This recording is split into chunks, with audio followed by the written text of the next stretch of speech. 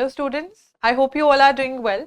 सो आज के इस यूट्यूब वीडियो में on the Drishti teaching exams platform we are going to discuss the questions moving forward with the same. तो आपके जो सीटेट एस्टेट्स के कुछ questions related to English language and pedagogy important होते हैं, उन क्वेश्चंस को हम इस सीरीज में कवर कर रहे हैं। तो जब भी आप कोई नया क्वेश्चन देखें या आप सी टेट के लिए प्रिपेयर कर रहे हैं या अदर स्टेट लेवल टेट्स के लिए प्रिपेयर कर रहे हैं, ये वीडियो उस पर्टिकुलर कोर्स, उस पर्टिकुलर चीज़ की प्रिपरेशन में it is going to be a very very useful source. क्योंकि एक पैटर्न देखा गया है that the syllabus almost is similar जब हम पेडागोजी की या इंग्लिश लैंग्वेज की बात करते हैं, ग्रामर की बात करते हैं। ठीक है। सो ये क्वेश्चंस को आप लोग अपनी नोटबुक्स एटसेट्रा पे एज अ समथिंग न्यू भी तरीके से आप लोग इन चीज़ों को लिख सकते हैं, पढ़ सकते हैं। ठीक है, यूटिलाइज करें मैक्स टू मैक्स अपनी ऑप्टिमम एबिलिटी के साथ में। ठीक है। So without any further ado, let's just begin with question number 1, जो कि आपकी इंग्लिश लैंग्वेज एंड पेडागोजी के साथ रिलेटेड है। पहला क्वेश्चन आपका थोड़ा सा लिटरेचर के साथ जुड़ा हुआ है, which says that a fable is an example of what? Fable जो होती है इंग्लिश लिटरेचर में as a genre, it is an example of a rhyme, a short story, sonnet या नन ऑफ दीज। एक चीज का प्लीज ध्यान रखिएगा, दैट मेक श्योर दैट जैसे जैसे हम क्वेश्चंस को लेके आगे बढ़ रहे हैं, अगर आपको थोड़ा सा ज्यादा टाइम चाहिए to read the question, you can pause your video, इस वीडियो को पॉज करिए, अच्छे से क्वेश्चन को जो है पढ़िए। ठीक है। So what should be the right answer here? The right answer to this question is option B.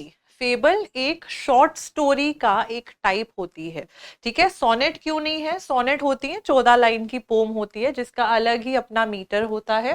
Rhyme होती है कि कुछ के वर्ड्स जो हैं एक दूसरे के साथ कैसे उनका स्वर मिल रहा है, जैसे बेल, टेल, सेल, है ना, ये चीजें ये कैसे मिल रही हैं।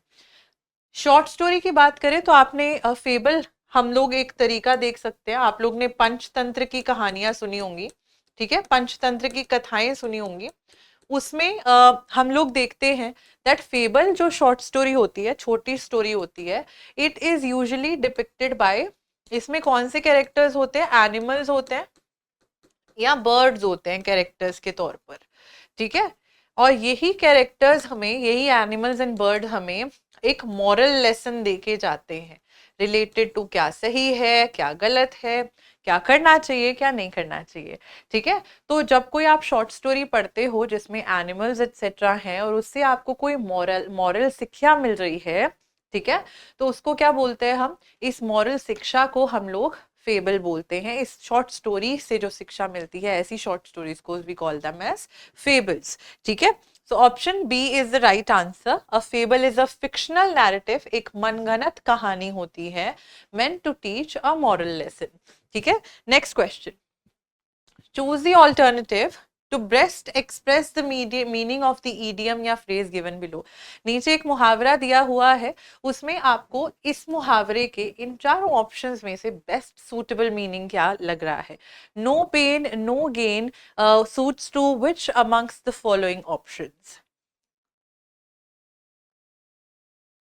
हाँ जी, what do you think is the right answer here? You can pause your screens if you want. No pain no gain, ना ही दर्द होगा और ना ही उससे लाभ होगा। तो इसका मतलब है आपको जो चाहिए उसके लिए दर्द भी सहना पड़ेगा, हर चीज करनी पड़ेगी। So you have to work for what you want, ये इसका सही मीनिंग है। Not waiting for the right time, take care of your pains and do not harm others, ये इसका सही मीनिंग नहीं है इस मुहावरे का। ठीक है। So option A. Next question है, इसमें भी आपको जो है ईडियम फ्रेज देखना है। अब आपको मीनिंग दिया हुआ है मुहावरे का, आपको चूज करना है कि इन चार मुहावरों में से to avoid talking about what is important, किस मुहावरे का मतलब है कि कब जब आप किसी इंपॉर्टेंट चीज के बारे में बात करने से झिझक रहे हो या रोक रहे हो, अवॉइड कर रहे हो उस चीज के बारे में बात करना, तो इन चार मुहावरों में से कौन सा ऑप्शन जो है करेक्ट है? Hit the sack, up in arms, beat around the bush, or sell like hotcakes? The right answer to this question is option C. Beat around the bush, जब कोई इंसान आपके साथ सीधा पॉइंट पे ना आए, सिर्फ बातें घुमाता रहे घुमाता रहे घुमाता रहे, तो we say that he is just beating around the bush. No, ये सिर्फ और सिर्फ बातें घुमाई जा रहा है, मेन मुद्दे पे नहीं आ रहा है। तो उसको ही बात करते हैं कि जब आप अवॉइड करते हो, क्या इंपॉर्टेंट है उसके बारे में बात करना, उसको हम कहते हैं is beating around the bush. Hit the sack का मतलब क्या होता है? हिट द सैक का मतलब होता है या तो जल्दी गोइंग टू बेड और गोइंग टू स्लीप, ठीक है। दूसरा होता है अप इन आर्म्स, लड़ाई के लिए तैयार रहना। He is always up in arms, वो हमेशा लड़ाई के लिए तैयार रहता है। सेल लाइक हॉट केक्स, बहुत जल्दी, टू सेल फास्टली, बहुत जल्दी जल्दी चीजें होना, ठीक है। कि these crayons which I bought that day for my market, ये क्रेयॉन्स जो मैंने अपनी मार्केट में बेचने के लिए खरीदे थे, they were sell like hot cakes, वो बड़ी जल्दी से उनकी बिक्री हुई, ठीक है। So option C is the correct answer, ठीक है। Which one of the following contains the same vowel sound? अब vowels क्या होते हैं? ये शब्द होते हैं A, E, I, O, O, U, ये शब्द होते हैं जिनको हम वाउल्स बोलते हैं। वाउल साउंड्स क्या होते हैं? जब आप इन शब्दों को प्रोनाउंस करोगे तो अ, ई, आई, ए, ओ, इनकी आवाज जब आती है तो कौन से शब्दों से आ रही है ये हम लोग देखेंगे।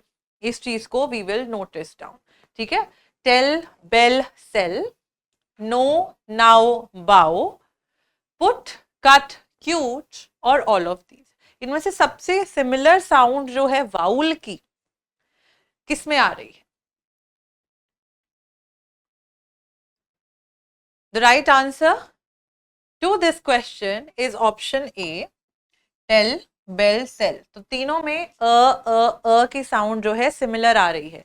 इसमें देखेंगे नो, नाउ, बाउ, तो न, ठीक है, यहाँ पे औ हो गया, नाउ एंड बाउ, तो नो में ओ की साउंड आ रही है जो कि नाउ और बाउ के साथ तो बिल्कुल मैच नहीं कर रही।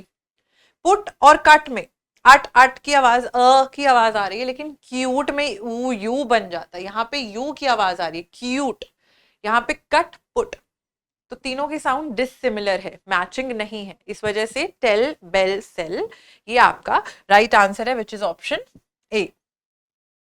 Which statement is not correct about the communicative approach? अब हम लोग को पेडागोजी के साथ रिलेटेड क्वेश्चंस भी कुछ दिख रहा है, कुछ हमने ग्रामर रिलेटेड कर लिए, कुछ लिटरेचर रिलेटेड कर लिए। अब ये क्वेश्चन है आपके ELT मेथड्स में, जब आप इंग्लिश लैंग्वेज टीचिंग करते हो, जब आप बच्चों को इंग्लिश पढ़ाओगे तो उसमें बहुत सारी अप्रोचेज आती हैं लैंग्वेज को पढ़ाने के लिए। उनमें से एक अप्रोच इज कम्युनिकेटिव अप्रोच। इनमें से कौन सी चीज इज नॉट करेक्ट? तो प्लीज क्वेश्चन को ध्यान से पढ़ना है, इनमें से कौन सी चीज कम्युनिकेटिव अप्रोच के तरीके से सही नहीं है। क्या वो प्रैक्टिकल इन यूज है, ये गलत है। सिचुएशनल, यानी कि सिचुएशन के हिसाब से टीचर आपको इन बताती हैं कि ये परफॉर्म करो, मीनिंगफुल है, सेल्फ रिवॉर्डिंग है, डेवलप्स द स्पीच एबिलिटी, बोलना सिखाती है, टीचर सेंटर्ड अप्रोच है, यानी कि टीचर का ज्यादा रोल होता है, लर्नर का कम। What do you think is the right answer here? The right answer, which is not correct about communicative approach, is that it is a teacher centered approach. ये चीज गलत है। कम्युनिकेटिव अप्रोच एक ऐसी अप्रोच है जिसमें टीचर ज्यादातर जो स्पीच के ऊपर ज्यादा ध्यान देता है। कौन सी स्किल सबसे ज्यादा यहाँ पे बढ़ती है? स्पीकिंग एबिलिटी बढ़ती है। कम्युनिकेटिव अप्रोच है, इसका मतलब है कम्युनिकेशन हो रही है। अब दो बच्चों को टीचर ने आपस में खड़ा कर दिया क्लास में, बोल दिया कि ऐसे एक जना वेटर बन जाओ एक रेस्टोरेंट का, और एक जना क्या बन जाओ, एक जना क्लाइंट बन जाओ, एक जना कस्टमर बन जाओ। तो the teacher will say that both of you will talk in English, दोनों अंग्रेजी में बात करेंगे, तो आप वेटर आपसे ऑर्डर लेने आएगा। तो इसलिए ये सिचुएशनल भी है, प्रैक्टिकल इन यूज है। आप कभी खुद भी रेस्टोरेंट में जाओगे, आप वही चीज यूज कर पाओगे, मीनिंगफुल होती है और सेल्फ रिवॉर्डिंग है। आपको खुद खुशी मिलती है कि हाँ जी, I have learned this particular thing, अब मैं कभी होटल में गया तो मैं ऐसी चीजें सीखूंगा, रेस्टोरेंट में गया तो। Develops the speech ability, communicative approach है तो कम्युनिकेशन तो ज्यादा ध्यान देगी। अच्छा, ये क्योंकि ये हमारा रॉन्ग है, तो राइट क्या है? It is not a teacher centred approach, teacher का ज्यादा रोल नहीं है, rather it is a learner centred approach, यानी कि लर्नर का एक्टिव रोल होता है, लर्नर ज्यादा ज्यादा काम करता है यहाँ पे, लर्नर ही उठ रहा है, बैठ रहा है, बात कर रहा है, आपको ट्रिप प्लान करनी है, उन चीजों के बारे में बात चल रही है। So all these things are happening in the English language. So सारी चीजें सिचुएशनल हो रही है, सिचुएशन दे रही है टीचर आपको, कॉन्वर्सेशन मीनिंगफुल हो रही है, प्रैक्टिकली उसको आप यूज कर सकते हो, आपकी बोलने की जो एबिलिटी है, स्पीच एबिलिटी इनहैंस हो रही है, और ये लर्नर सेंटर्ड है। सारी चीजें ज्यादातर लर्नर्स खुद कर रहे हैं, टीचर ने सिर्फ टास्क दे दिया, बच्चे खुद कर रहे हैं। ठीक है, that's why option D is incorrect. ठीक है, next question, in structural approach the word structure relates to the structure whereas approach stands for going away, दूर जाना, कमिंग नियर, पास आना, सिंसेयर, यानी कि और सिंसेयर या फिर इंटेलिजेंट, समझदार या सिंसेयर यानी कि जो ओबीडियंट होता है। What do you think is the right answer? What is the right answer here? The right answer to this question is option B, coming near. अच्छा, स्ट्रक्चरल अप्रोच कैसी अप्रोच होती है? जिसमें टीचर आपको स्ट्रक्चर सिखाती है लैंग्वेज का पहले। तो कैसे होगा? टीचर ने आपको सिखा दिया कि इंग्लिश में sentences subject plus verb plus object करके बनते हैं। तो टीचर ने पहले आपको ये चीज बताई, फिर उन्होंने इसके एग्जाम्पल्स दिए, फिर उन्होंने बोला कि आप खुद सेल्फ एग्जाम्पल्स बनाओ, अब खुद काम करो। तो स्ट्रक्चरल अप्रोच में ऐसा काम होता है। तो स्ट्रक्चरल यानी कि आप स्ट्रक्चर के पास में आ रहे हो, you are coming near the structure, you are knowing the rules of grammar, you are knowing the rules of grammar, how a sentence is formed. अब सेंटेंस जब आप पढ़ना सीख लेते हो, सेंटेंसेस बनाना सीख लेते हो, तो तब टीचर पहुंचती है किस चीज पे? तब टीचर आपको सिखाने लगती है टेंसेस, पास्ट टेंस होता है, प्रेजेंट टेंस होता है, सिंपल टेंस होता है ना। तो ये चीजें हो जाती हैं। सो ऑप्शन आपका बी है, यानी कि पास में आना स्ट्रक्चर के, क्योंकि आप स्ट्रक्चर को स्टडी कर रहे हो, फिर उसके एग्जाम्पल्स लगा रहे हो, ये आपकी structure approach in English language teaching होती है। नेक्स्ट क्वेश्चन है, the process of finding out, ये चीज, ये एक प्रोसेस जिसमें आप ढूंढते हो कि डिजायर्ड चेंजेस, जो बच्चे के अंदर चेंजेस आने चाहिए थे, जो डिजायर्ड थे, वो आ चुके हैं या नहीं। ये प्यूपिल्स का मतलब होता है स्टूडेंट्स। तो क्या उस प्रोसेस को क्या कहा जाता है? ऑनलाइन लेक्चर्स कहा जाता है, मूल्यांकन यानी कि इवैल्यूएशन कहा जाता है, को करिकुलर एक्टिविटीज जो बच्चे एक्स्ट्रा एक्टिविटीज में पार्टिसिपेट लेते हैं उसको करा जाता है, या all of these? What do you think is the right answer here? The right answer to this question is, उस प्रोसेस को जिसमें आपने बच्चे को कुछ पढ़ाया है, उसमें देखना है कि हाँ जी, पढ़ाने से पहले तो ये चेंजेस नहीं थे, पढ़ाने के बाद बच्चा, जब मैंने क्लास में ग्रामर के सिनोनियम सिखाए तो बच्चा सिनोनियम सेम मीनिंग सीख गया। आप उसको इवैल्यूएट करके जानोगे, आप उसका मूल्यांकन करके जानोगे कि बच्चे में वो चेंजेस आए आफ्टर आई हैव टॉट, जब मैंने वो चीज क्लास में पढ़ा दी तो बच्चे में वो डिजायर्ड चेंजेस आए या नहीं। इस प्रोसेस को हम लोग इवैल्यूएशन कहते हैं। ठीक है, an important part of any evaluation in which the teacher should prepare a record sheet।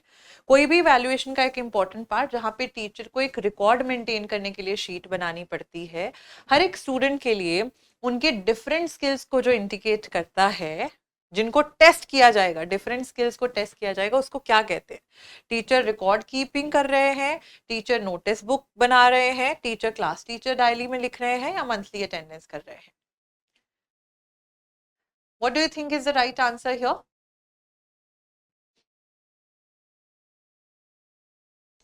The right answer to this question is option A. Teacher record keep कर रहे हैं, टीचर इज मेकिंग श्योर कि बच्चे की जो behavioural आदतें हैं class में, सबके साथ वो कैसे उठते बैठते हैं, बात कैसे करते हैं क्लास में, अकेडमिकली हाउ ही और शी इज डूइंग एटसेट्रा। तो टीचर अपने पास एक रिकॉर्ड कीपिंग के लिए एक प्रोसेस होती है जिसमें टीचर अपने पास बच्चों के रिकॉर्ड्स को इंडिविजुअली रखती हैं। ठीक है, एंड शी और he tries to make sure कि वो बच्चे की सिर्फ और सिर्फ बिहेवियर रिलेटेड स्किल्स नहीं, बल्कि उनकी ओवरऑल स्किल्स का वहां पे मापदंड किया जाए, वहां पे रखा जाए। तो मान लेते हैं अगर किसी XYZ स्टूडेंट ने दूसरे स्टूडेंट की हेल्प कर दी किसी चीज में, तो teacher will maintain a record कि हाँ जी, ये बच्चा हेल्पफुल है। कोई बच्चा सबके साथ घुल मिल जाता है तो बच्चा सोशल है, बच्चा कम्युनिकेटिव है, ठीक है। सो इस तरीके से टीचर जो है, जब पीटीएम्स होती हैं, पेरेंट टीचर मीटिंग होती हैं, तो वो बता पाती हैं with the parents, she can talk about the children and the students etc, right? तो ये हमारे कुछ questions थे in this series of CTET STET previous year questions. I'll see you guys again in another video. Till then आप सब पढ़ते रहिए. Thank you so much and have a good day. Bye bye.